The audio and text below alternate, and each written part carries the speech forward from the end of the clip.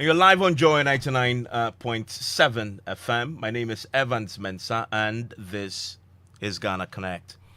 It was meant to be the project that united the nation, but in the last few weeks, the building of the National Cathedral has become a major subject of division and controversy.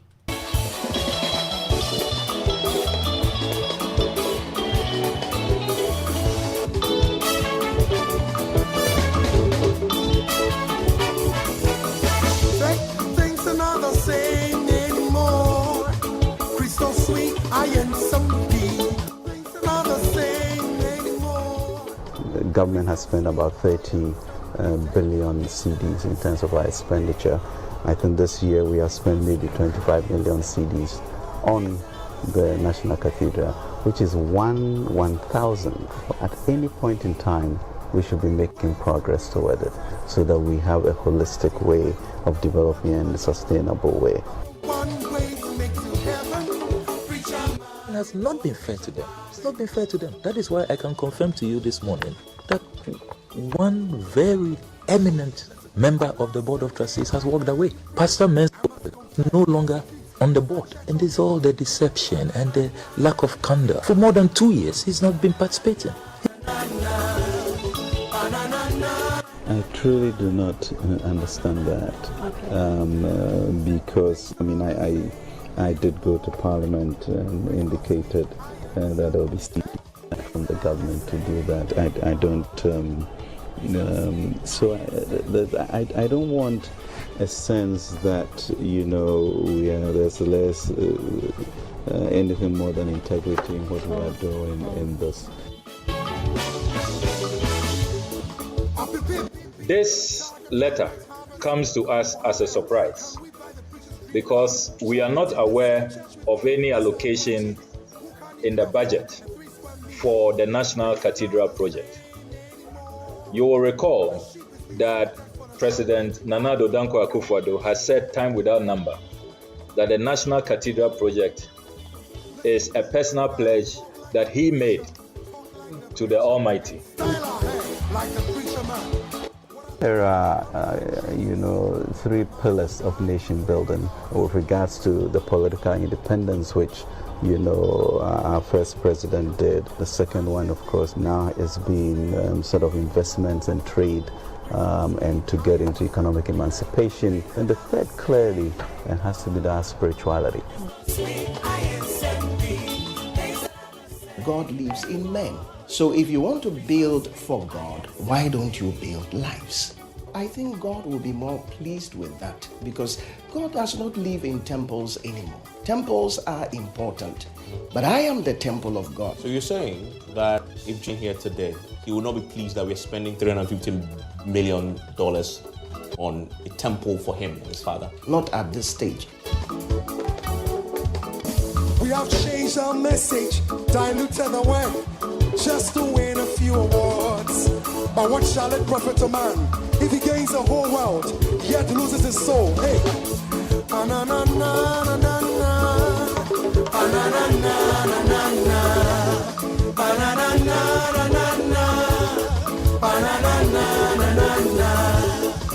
just in case you don't like my message, you can't deny the beaten idol. To the left, to the right, to the left, to the right, let us dance together now. Say, things are not the same anymore. Christos me, I am me. Things are not the same anymore. Christos me. So the song there says, things aren't the same anymore. Christosum aye in sempi. You can say that about the National Cathedral, right? It's becoming sempi. And there's a 7-page statement in sempi in that. That explains a lot, clarifies a lot. Of course, now, the questions about lack of transparency, the National Cathedral Secretariat is beginning to respond to it and providing all the details. There is a positive, outcome from all the controversy. It's that it's at least compelled the Secretariat to come forth with some of the issues. It begs the question, so if all these issues had not been raised and asked, we're not going to see this statement come through, because a lot of the things that they had explained makes absolute sense, right? But so why did it take this long? Well, maybe that's my own view, whether it makes sense or not. What's yours? This is Ghana Connect. This is your platform. It's for you to have your say on the key issues surrounding the National Cathedral. We have a question for you going up on social media. It's a simple question on the back of everything else you've heard this week, with now the ultimate 7-page statement. What should happen to the National Cathedral now? Scrap it, build it, defer it till later. Just in case you don't like my message, you can't deny the beaten idol.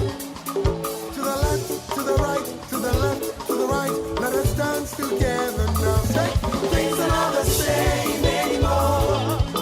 Please don't speak, I accept me. Things are not the same anymore. Please don't speak, I accept me. Things are not the same anymore. Please don't speak, I accept me. Things are not the same anymore. Please don't speak, I accept me.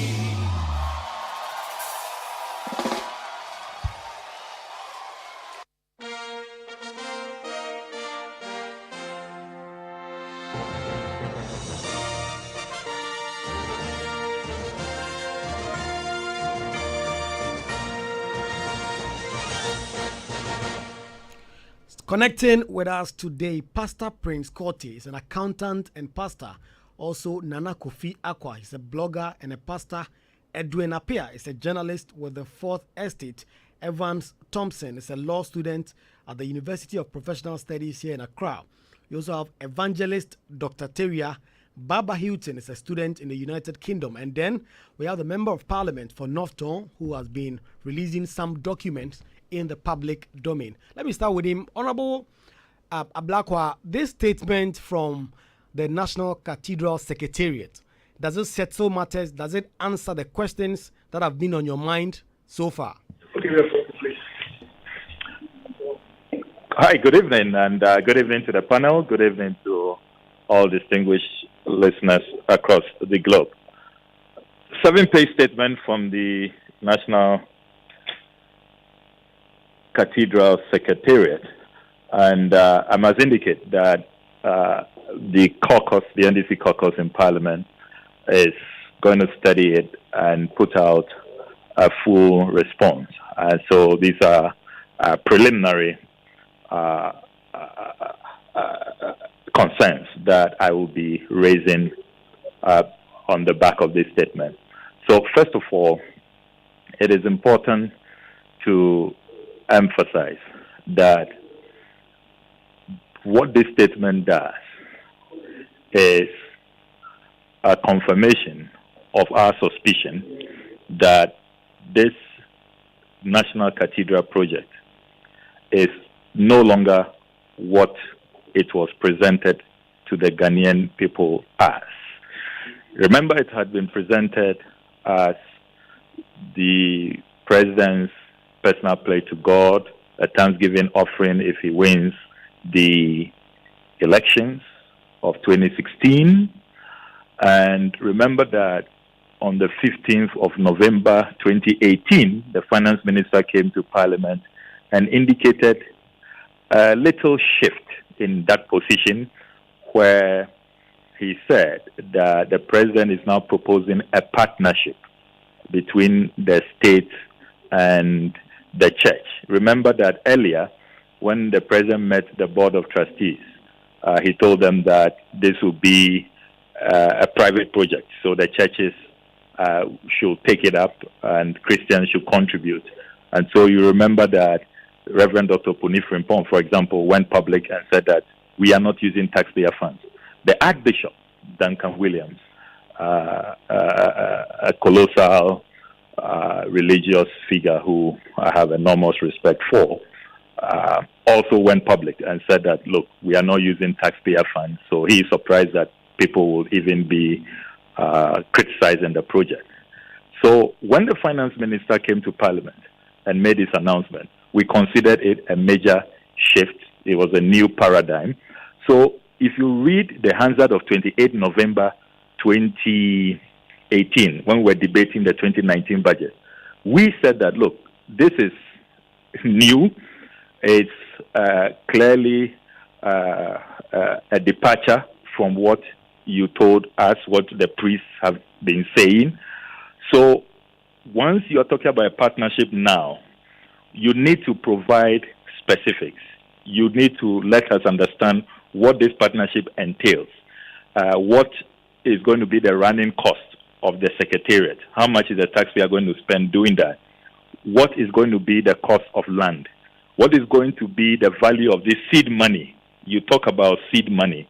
What is the value of it? How much is involved here? We didn't get any responses. There was no allocation whatsoever in the 2019 budget, in the 2020 budget, in the 2021 budget, and in the 2022 budget. That is why we were shocked to the marrow when we intercepted documents that confirmed that on our blind side, without parliamentary approval, in flagrant violation of Article 178 of the Constitution, the government had been withdrawing funds from the Consolidated Fund to finance this project. Now, when you read this statement carefully, it's clear to me and to anybody who pays attention that we are no longer talking about seed money. Even this, shift from the original position of private funding, personal pledge, then it shifted to partnership, seed money. What this statement now does is to confirm that, look, let's prepare our minds. This is a Government of Ghana project. And it really confirms all the documentation we have intercepted from the Finance Ministry, from the Office of the President, that the kind of financing going on with taxpayer funds, it cannot be seed money. I mean, I don't think that even Afajato will look this way. If you look at the kind of funding going into this is no seed at all. So this statement is just confirming what we have always suspected since we intercepted those documents, and it strengthens our resolve that the finance minister will have to face sanctions, because he knew all along that this is a Government of Ghana project. We are not even talking about seed contributions. The government is financing it, and yet he did not come for clear parliamentary approval under Article 178 of the Constitution. I must also add that when you read the statement, it is not clear how much has been withdrawn from the Consolidated Fund so far. They do not state that. They also do not tell us, the seed money, what really is the quantum in their expectation. What agreement do they have with government, the Board of Trustees? What does the seed money mean? And clearly, you only see that this project is a national project, and the taxpayer is going to be just financing virtually everything. If anything comes in as private donation, it looks like that is just supplementary. The other observation I make from the statement is that the 200 million Ghana cedis releases so far, you don't see a clear accounting, because remember that the contractors have suspended work, which the statement confirms. This statement really confirms everything we have been putting out. It confirms that the contractors have suspended work based on lack of payment. So the 200 million Ghana cedis so far withdrawn from the Consolidated Fund unconstitutionally, where did that money go? I do not also see the statement address the issue of compensation. All of these people whose buildings were demolished, who are now up in arms against government, waiting for their compensation. Because if the money didn't fully go into construction, one will have thought that at least some of that will go into compensating the victims of demolition. That too has not been done. Then the other observation I make relates to the Pastor Mensah Otabil question. Mr. Blackwell, just a second before Pastor Mensah Otabil, on where the monies that had been released went, the statement is clear, is it not, that the 25 million and the dollars and the 25 million CDs were used for the specific issues relating to the construction, the preparation of the ground. It mentions first the first tranche of the seed was used for mobilization of contractors to the site excavation, builders works, equipment, materials, design of the integration of the Bible Museum, and biblical gardens to the project. So that's very specific, is it not? It cannot be adequate because they don't give us a breakdown. And then they are including items which have been catered for elsewhere. For example, when they include design here, we have put out documentation that shows that design was paid for separately.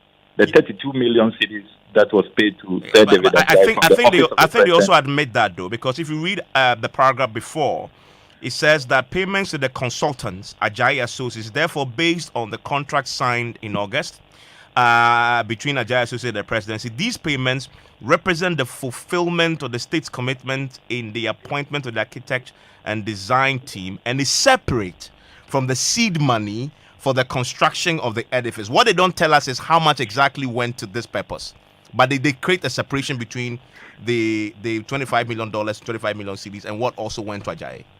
Yes, so why are they being inconsistent in their statement? So in one breath is separate, and in another breath, when you are accounting for the initial $25 million, you are including design. It doesn't add up.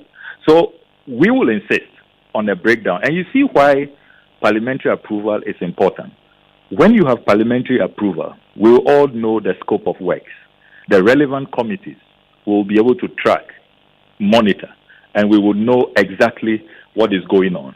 As it is now, these are people who are, saying one thing.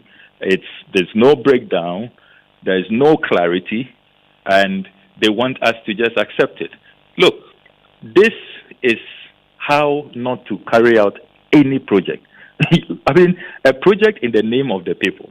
You go spend, you go withdraw money unconstitutionally, and it is only when there is controversy that you put out a statement after the fact, without breakdown, and you expect us to accept this. I mean, it's unbelievable. If you were going to address the Mensah Otabil, I guess, points that he made also, that he did not resign.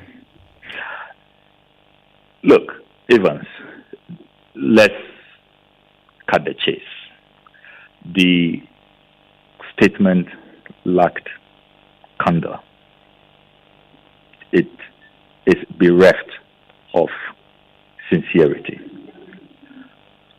You cannot say that Reverend Mensah Otabil has never really been part of the board of trustees. Legally, I think we need to add that caveat. Legally, not been part, but he has been part since the So why keep his name, his effigy, on your website? Administrative lapse is the explanation. Administrative lapse. Only when we pointed it out, exposed them, because they were using that as part of a certain credibility drive, and that this everybody is on board, everybody is rallying, and you're using it all over the world at various events and all of that. They cannot say that it's just some lapse that they didn't know about. And you see, look, the lack of candor, sincerity, and when you even point matters out, when they know they are in the wrong, you will expect, as we are always taught in Christendom, that there will be some contriteness. They would apologize, and because look, they've not even been fair to the venerable pastor. They have not been fair to the general public. So you admit that what was going on was clear misrepresentation. It was wrong to do that. You concede, you apologize, and we move on. But to be contradicting yourself and coming up with all of these explanations that do not add up is really disappointing. Okay. Pardon me, Mr. Baraka, thank you very much. So I see that your questions in Parliament, you still stand by them. You expect the finance minister to come and give more absolutely. And this 7-page statement virtually confirms all the suspicions we have had. It is clear that this is a government of Ghana project. They intend to use substantive taxpayer funds to do this, and they have not followed the constitutional provisions. If you read the statement, they are trying to make reference to Kojo Kum. The Chieftaincy Minister nominee, was talking about a release made by his predecessor. The Chieftaincy Minister, at the time that they engaged in that unconstitutional withdrawal, was the Honorable Jamesi. So Chieftaincy Minister nominee, responding to a question at vetting, only provided information. That does not amount to parliamentary approval. That is not how funds are approved. Yeah, Mr. in Parliament. Just quickly, because of time, I want to bring the other connectors in very quickly. The statement also says that they've been providing what they call National Cathedral updates to MPs individually. Have you received any of those?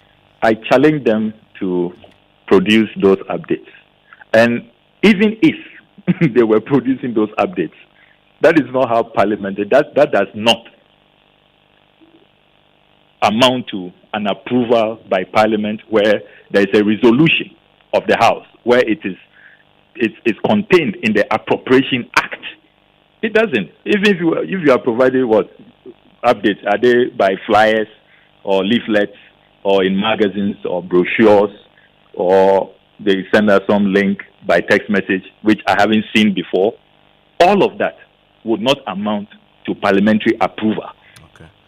So, please, they are not helping matters at all. Thank you very much, Samuel Kujita Blakwa. Still here with Kweku. I want to quickly bring our connectors in very quickly on this. Let's have the next more than 30 minutes to now bring all of you in, wherever you are, and I'll be sharing your messages with you shortly. Nana Kofi Akwa, blogger, is a pastor himself, Pastor Prince Korte, accountant and pastor. Edwin Appiah, journalist, Fort Estate. Evans Thompson, law student, also connecting with us from the UK, where they have a lot of national museums and cathedrals, etc. Baba Huting, all connecting right now. Nana Kofi Akwa, so where do you stand on this now, with everything now you've heard tonight and the whole of this week?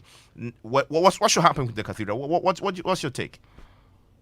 I think that because of how much has already gone into it, they may have to re-strategize. I have never supported a cathedral. I thought it was a bad idea. I thought it shouldn't be a national burden. I thought that historically, if anybody who studies the Bible knows that the one Solomon built, the temple he built, was actually 480 years after they came out of Egypt, after they became a nation. Ghana is 65 years old or something like that. We are a very young nation. We compare ourselves to the Englands and the Netherlands, and we are actually a very, very young country in those terms. Also, those who study the Bible know that because building the temple and his palace was extremely expensive, Solomon resorted to using slave labor and overtaxing his people. This is what split his kingdom after him. So whilst his father ruled over Israel and Judah, and he himself did, when his son Rehoboam became king, the kingdom of Israel split from the kingdom of Judah, and they never recovered from it. But most importantly, if we look at New Testament theology, the Bible is very, very clear. God does not live in temples built by human hands. And that's why for the Christian who thinks that the cathedral is a symbol of our faith in God, that is an illusion.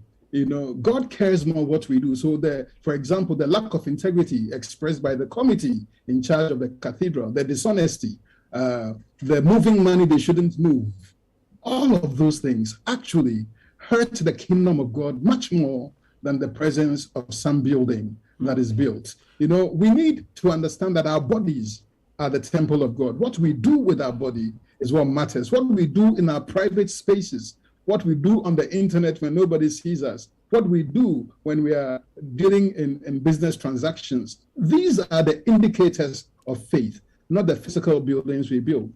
For the first our first 400 years of church history, so when you read the book of Acts and you see the early church formed, at some point the book of Acts ends, but throughout the book of Acts, they never built a single church. Right. There's no church building. And the first church building, they started building them after over 400 years of church history.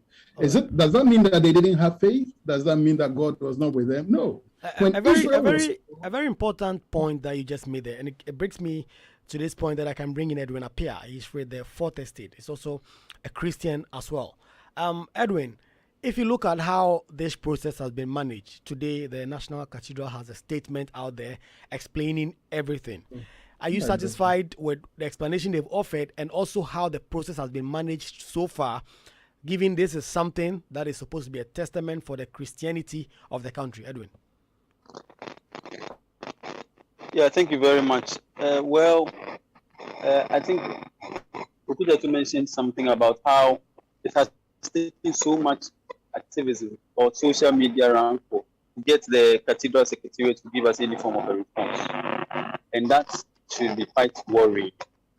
But you see, beyond even talking about the Bible, you have to understand these two institutions that are building the cathedral, the government and then the church. And these are two institutions which traditionally are one of the most opaque institutions, two of the most opaque institutions we have in this country.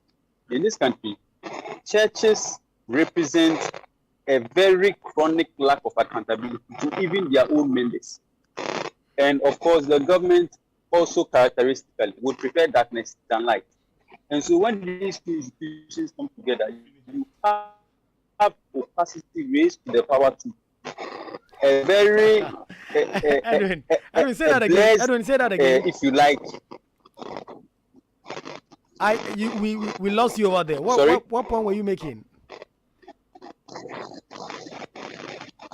I was saying that if you study the church and the government, these are two institutions that are part of the most unaccountable institutions you can ever find in this country. Churches don't account to their members on how they even use church finances. And the government would prefer more darkness than light. And so when the two of them come together to say they want to build a cathedral, you have opacity raised to the power to. You have a blessed pact to remain unaccountable as long as they can. And that is what we are dealing with. If you go to churches in Ghana today, their members, most members don't know how much tithe will be collected in a month. Most members don't know what church finances is being used for.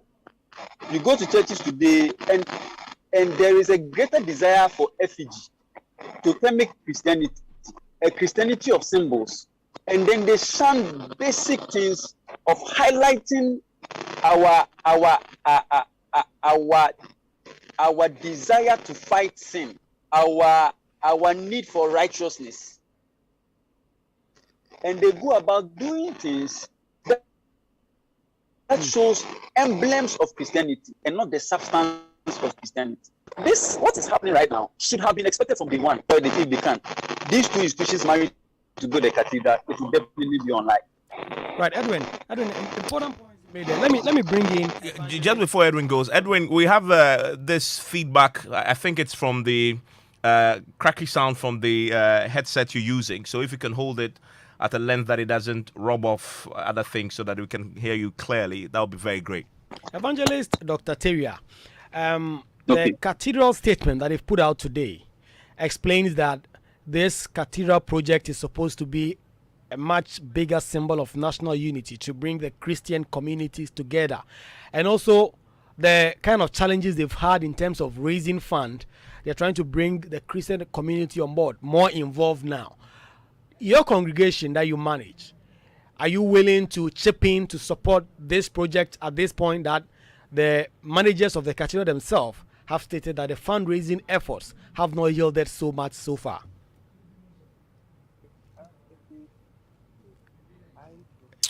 Reverend, please, you have to speak up for me. I can hear you very faintly, so we can't hear you at all. Hello.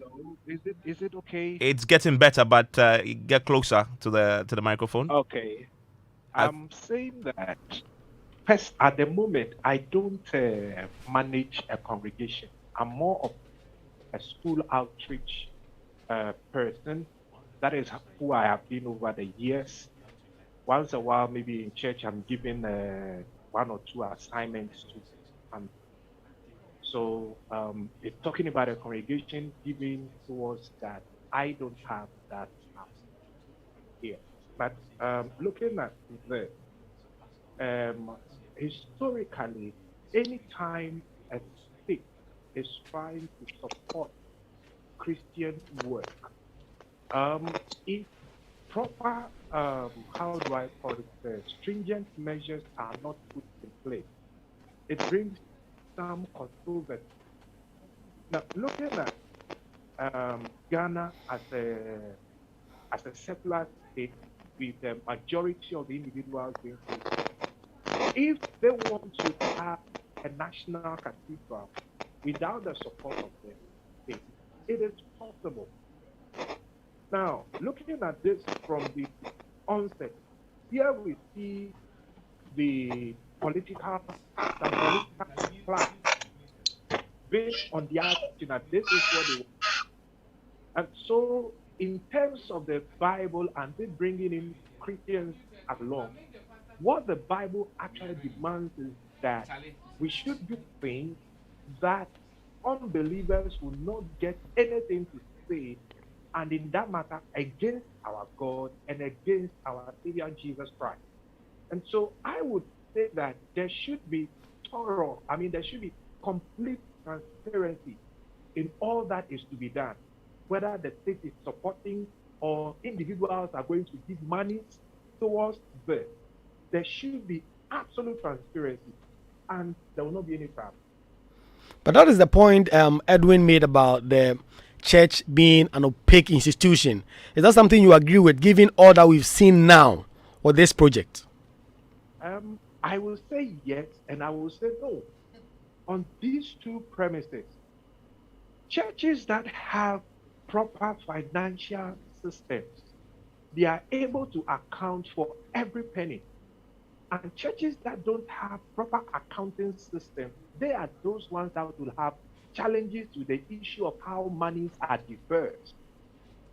I've happened to be part of individuals in a church where they had to, audit how much money was spent on this, how much money was spent on that. And so where there is proper accounting system, you see, I wouldn't want to mention churches, but where you have proper accounting systems, I don't think a dime would get missing.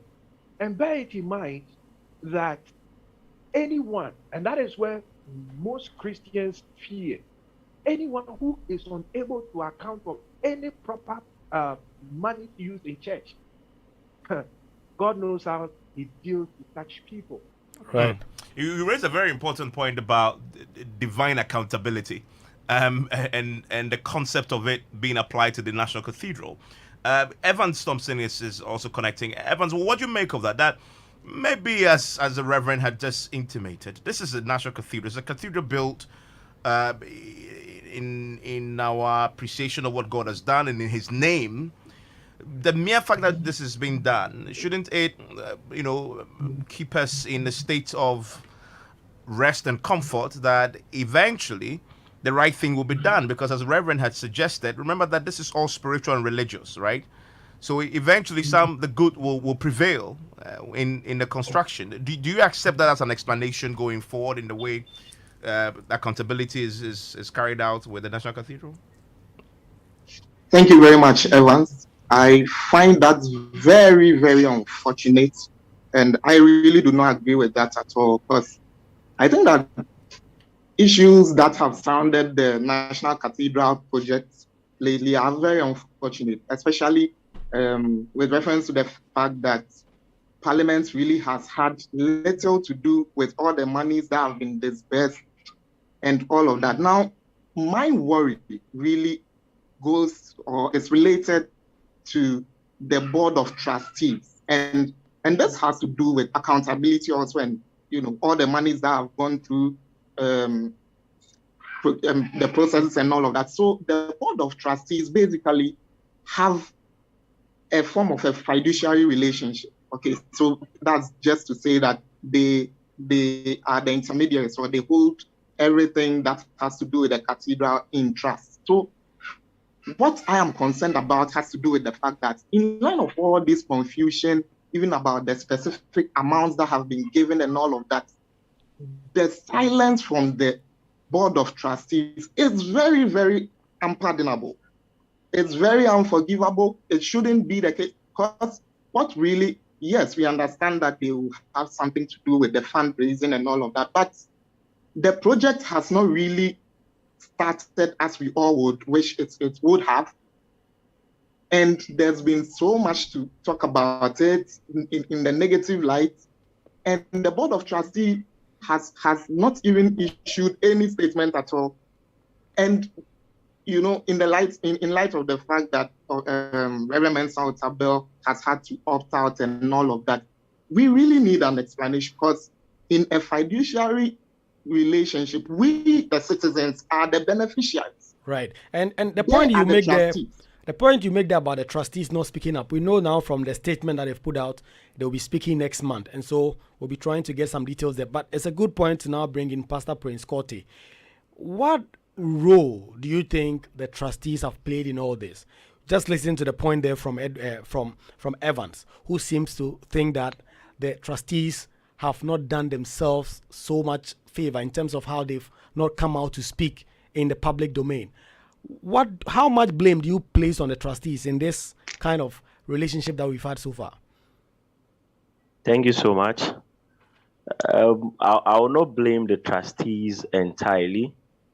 They have a job to do to man the building of the cathedral. Much of the blame should be those who appointed them. Those who appointed them, you put trust in them.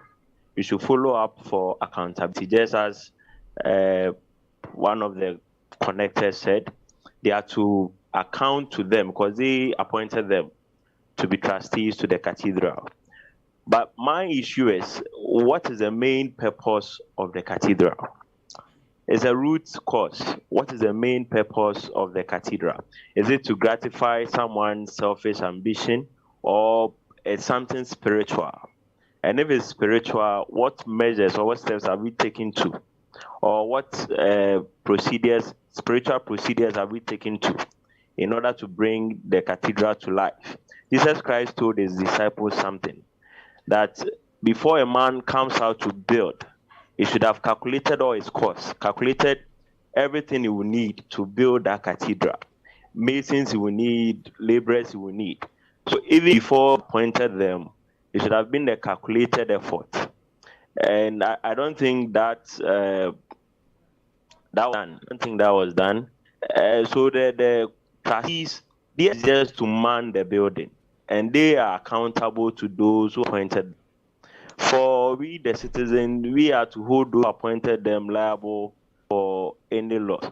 Thank you. Okay, you make the point, ask a fundamental question. What's the purpose of the cathedral?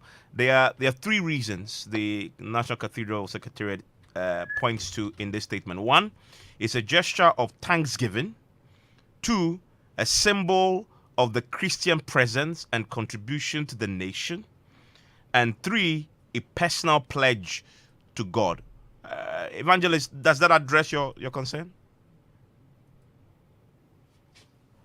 Okay, so in all please unmute. Please unmute. A direction is going through. So thanksgiving, who is giving the thanks, who is showing the appreciation, and what means, because David pledged to God, and he took effort. He didn't rely on his nation. He took effort to mobilize items to build, but he wasn't even given the chance to do so. So he had to reserve the items for his son to come and continue. And just as one of the connectors also said, his son turned to extravagant things, so he put burden on his people, and we also saw what happened. The kingdom had to be divided, and he had just two sections division. So if I am to thank God or appreciate God, I shouldn't rely on my children to do that. I should make the effort to do that. And also symbol, the fundamental of Christian symbol was taken when moral education was taken out of our education system. What really trains the child the way it should go was taken out. I don't think a child becomes a Christian by just going to church or seeing a church building. There are actions and thoughts and intuitions that's inputted in the child, and that fundamental has been taken out. So what symbol is just a symbol? What happens to the lifestyle of the Christian? That one of the key things that have struck me this whole week in this conversation is that pastors, bishops, even the Christian Council have had very critical questions about the approach, right? And you think, as they say in Christendom, things of Christ, you have to be a child to understand. And so you approach it with the simple mind of a child.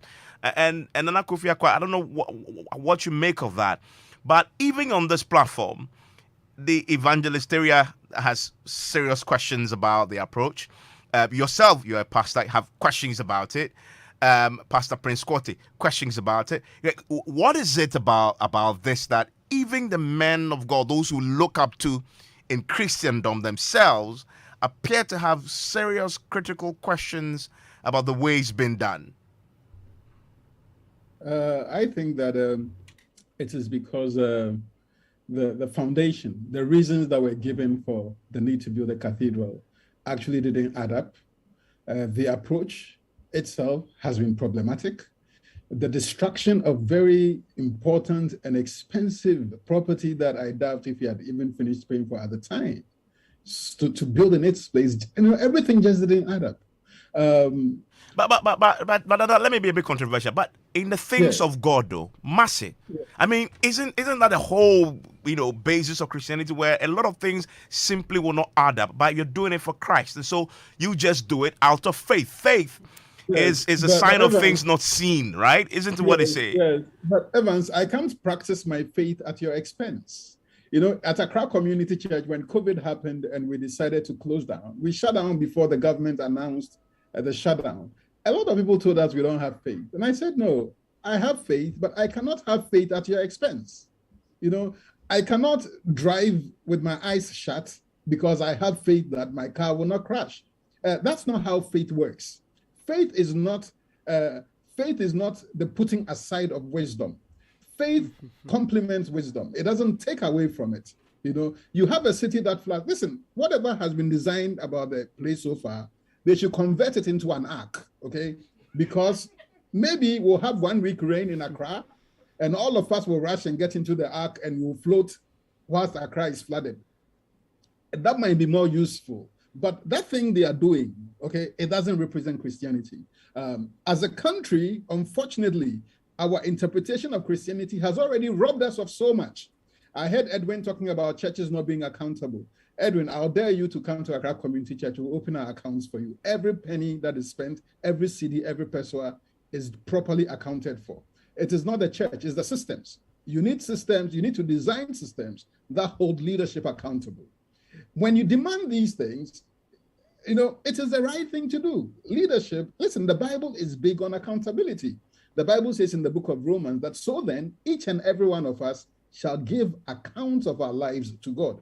Well, God will hold all of us accountable. You cannot have people drowning when it rains after 5 minutes in a city, and say that you are building God a temple. Are you serious? But isn't the point that they make that in spite of all the challenges of the country, you have to do something like this? And the statement actually, the statement from the cathedral management actually says this, that you have challenges as a country, but... In fact, yesterday, Nana Kofi, when I was having an argument with a pastor, and he says, but it's the same Bible that says, as for the poor, they will always be there. And he went to quote me a scripture that makes that point. Yes. So when Jesus said the poor will always be among you, he wasn't saying that rob your people poor. Listen, at the time the temple in Jerusalem was built, first and foremost, the land on which the temple was built was land David bought with his own money. In the transaction for that land, for that threshold, he told the owner of the land, he said, I will not sacrifice to God that which cost me nothing. David paid for that land with his own personal money.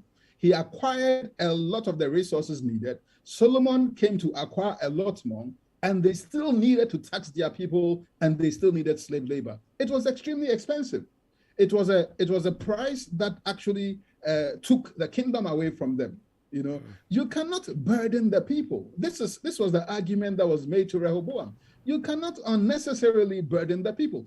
What is the price of bread today? If you work in any Ghanaian institution and you are paid in cedis, by this time, from last year, the amount you're paid, I'm sure your salary hasn't been increased, but everything else has gone up. So basically, the government, because of their ineptitude and incompetence, have robbed you. They have robbed you. More than 50% of your salary has probably already disappeared, because what you could do with your 5,000 Ghana cedis, 1,000 Ghana cedis salary, you cannot do now. And by every indication, it is going to get worse. This is not the time to build God a cathedral. When Solomon built that temple, Israel was at its richest. In fact, there was no other time in the nation's history when they were as rich as they were during the days of Solomon. Okay. Very interesting They point never there. acquired that level of wealth again. Ghana is a poor country. Okay, You know, so we have the resources, but we are poor. And because of our poverty, there are better things we can do with our money. interesting. Thank you. Do we have Baba on? Baba, are you connecting with us? Baba, are you on? Baba is connecting from the UK. Hello, Babs. Hi, Great to have you connected. Which part of the UK are you in? Are you connecting from? I'm in Sheffield. Oh, Sheffield. Okay. Are you a woman of faith, Baba? Yes, please. Okay, fantastic. And you live in a country littered with monuments and cathedrals built by the church and some may argue by the state. So where do you stand on this? Do you build it? Do you suspend it till later when the economy is rebound and doing well, or do you scrap it? Suspend until the economy is doing well. Because as it stands now, it's just like misplaced priorities because people are still hungry. I don't know why you put a church, not even a church, because church could mean other things as in the people in there, but the building, putting the building first before the interest of the people, it's so disheartening. And yeah, that's my take on this. But you started by saying you're a woman of faith. I Yes, I had that please, question I of am. Nana Kofi Akwa. He has explained it, but that it doesn't take away what the Bible says. I mean, you don't need to see it. You don't need to think. You have to be a child to understand the things of the kingdom. Why are you being so critical of this? If you have faith, just believe.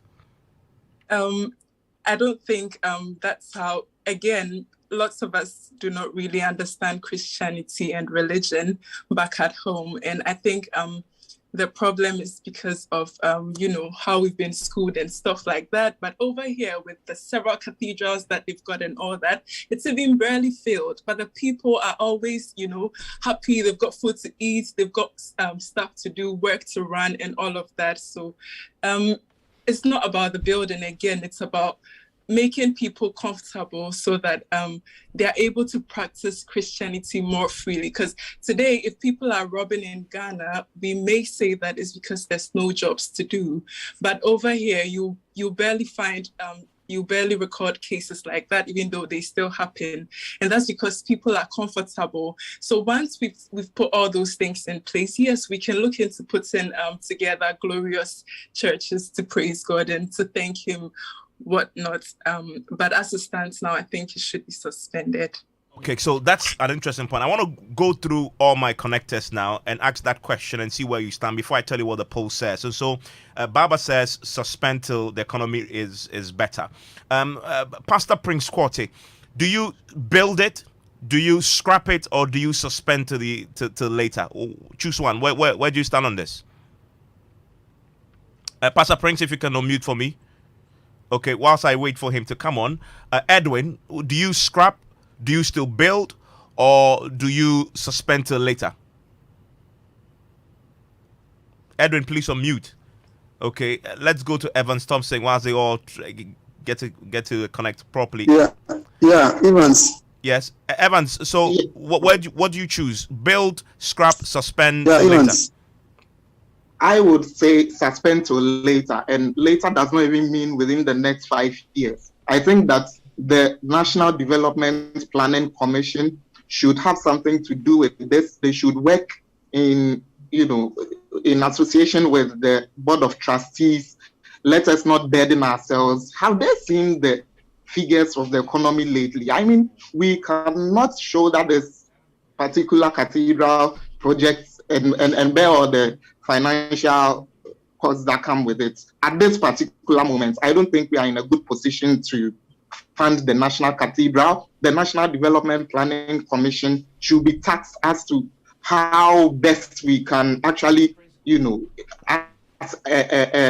or rally the Christian body in the country to.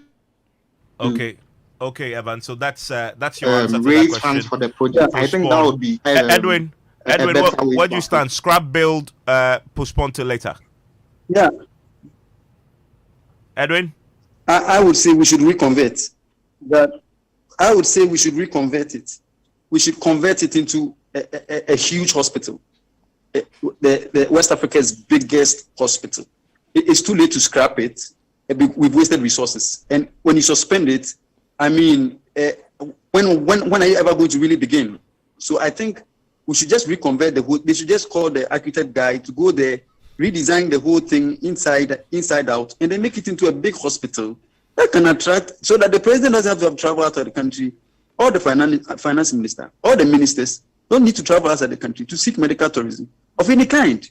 So I would say we should reconvert the project into something that is directly useful in improving the average life of the ordinary Ghanaian.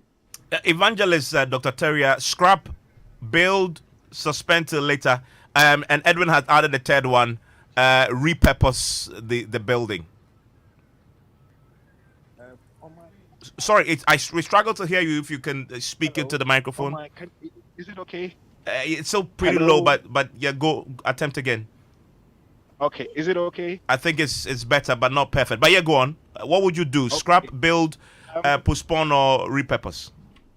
Okay, from my perspective as a preacher and then also an academician, I remain a little undecided about that, because I sit back and do a thorough, analysis.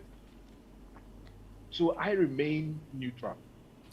But you can't be, can you? I mean, the options are covers everything, right? I mean, you want to scrap? Do you want to build? Do you want to postpone till later when the economy is better, or do you want to repurpose? You must definitely have a position on these four options. I don't want to comment on any of these. Okay, that's fair. He doesn't want to comment on any of these. But let's find out what your own position is, whether it agrees with any of what you've heard there. This is what you told us on social media. And quickly, so what was the question we asked again on social media? I guess the same, but what was the question? Just for the abundance of doubt. In your opinion, what should happen to the National Cathedral? On the Joy FM Twitter page, scrap it, 57%. 13% says build it, and then 30% says suspend till later. If you go to the Joy News Twitter page, same, 57% says scrap it, 16% here says build it, and then 27% says suspend it. But there are myriad of questions people are asking under the poll. Such as? Questions about government's propriety. This one says, government, in these trying times, is this what you want to do with the taxpayers' money? It says no. Abdul Karim Salifu also says, continue building because taxpayers' money has already been sunk into the project. This one says, Tor needs that attention urgently. And then Mike Rapp says, the guy should return the money, the 25 million. The recipient should return the money. I think he meant Ajay and Associates. And this one says, the cathedral is being built on lies and deception. That is what he thinks. And then Victor Akazoni Roxin says, it should be turned into a factory to employ young Ghanaians. Okay, that's a repurpose question. James from Kumasi, this National Cathedral is needless. It is a misplaced priority. How could the president's personal pledge become a national asset? Even though if it can be a national asset, what will the president say to Ghanaians who are traditional believers? Will the president build a shrine for them to worship? Why should the president use their taxpayer money to build a cathedral for Christians to worship?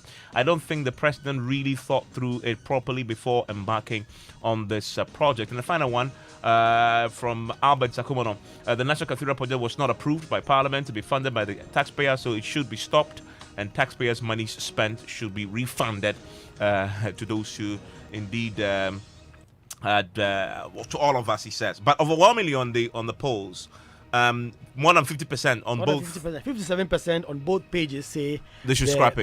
They should scrap it. Okay, so that's where we stand tonight on the National Cathedral on the back of the detailed explanations from the Secretariat. This conversation will definitely continue until the structure is complete, is repurposed, is scrapped, is built, or is suspended. Let's keep having it.